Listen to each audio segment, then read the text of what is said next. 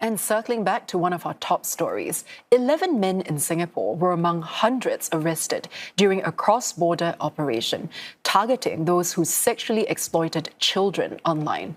And for more, we're joined by Associate Professor Razwana Begum. She is the head of Global Security and Strategy Program at the Singapore University of Social Sciences. Prof, welcome to the show.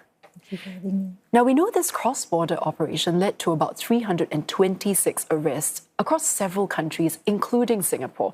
So how serious would you say this problem of online child sexual exploitation is in the region?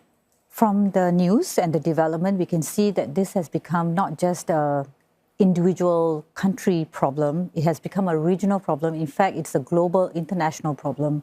The crime index shows globally that child online tech-facilitated sexual violence is something that is of a concern. And it also shows that it's not just one individual doing this, it could also be a transnational sort of crime where more than one groups are doing this. So it's no longer one individual taking one photograph and trying to hide that photo. It's now has become more of a network, a connected network, and it's affecting many different countries. In Southeast Asia, the data also shows that it's very alarming. Now, one thing that could affect the fact that it is a network is that police say that offenders are using messaging apps and also peer-to-peer networks. Why do you think that is, and why have these platforms become so central to the spread of such actions? Such platforms do not have the same control as other social media platforms, for instance. What happens is that when you are not able to, you are able to hide under a different profile, and at the same time, you can actually go from global, passing on the information to many different people to just one individual. You can form your own groups, and therefore that particular group kind of support one another. And by the time, you are followed or detected by, let's say, the law enforcement agency, you move on to another platform. So it becomes a lot more harder because of the anonymous nature and also because it's peer-to-peer and there is no oversight or control by any platform in that context. So the anonymity is one of the problems. But how do you think the online communities, especially when it comes to closed and private groups as well, how does that help to reinforce and even escalate these harmful activities? From what we know from our studies in criminology and all that, what happens is that there's this thing called moral disengagement. You kind of look at this as it's no longer just about sharing or highlighting my interests. It becomes something that you're reinforcing each other and you're just looking at it as it's normal.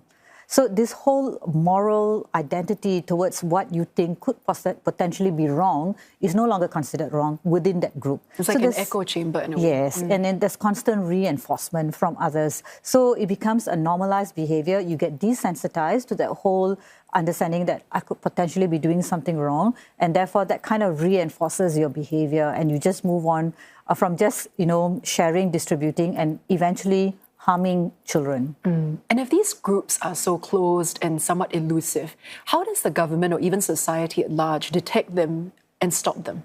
I would think that it's not about just looking at, we have laws, we have legislations, we have police officers being trained, they're doing things like, cyber security, cyber forensics and all that.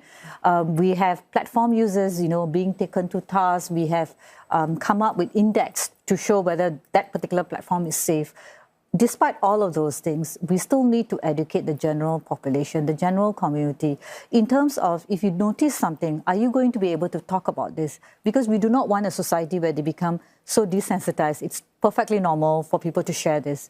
And I think the other issue is also the use of AI and fake images. You no longer look at it as this is an individual child, but actually, it is still a person. It's still an image of a child, but being, distorted in certain ways to show, certain explicit content.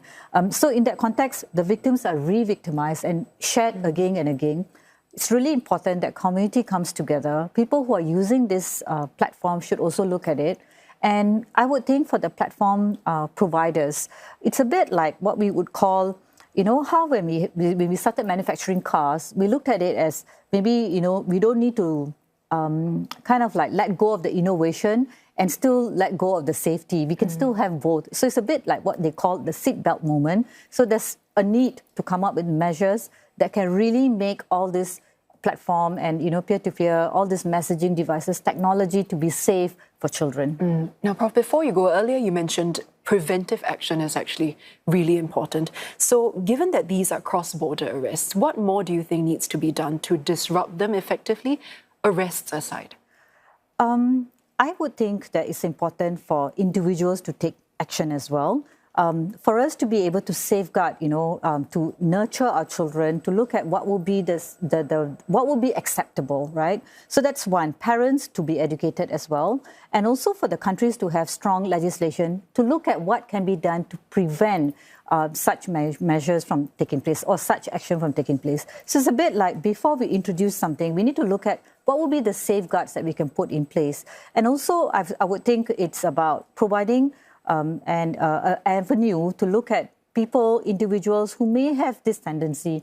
Can they get help? Is there any way, before it becomes an unlawful act, right? If they are thinking about it, would it be possible for them to seek help from psychologists, psychiatrists, and all that? So I think all of those measures would play a part in trying to safeguard children. Prof, thank you so much for sharing your analysis with us. I've been chatting with Associate Professor Razwana Begum from the Singapore University of Social Sciences.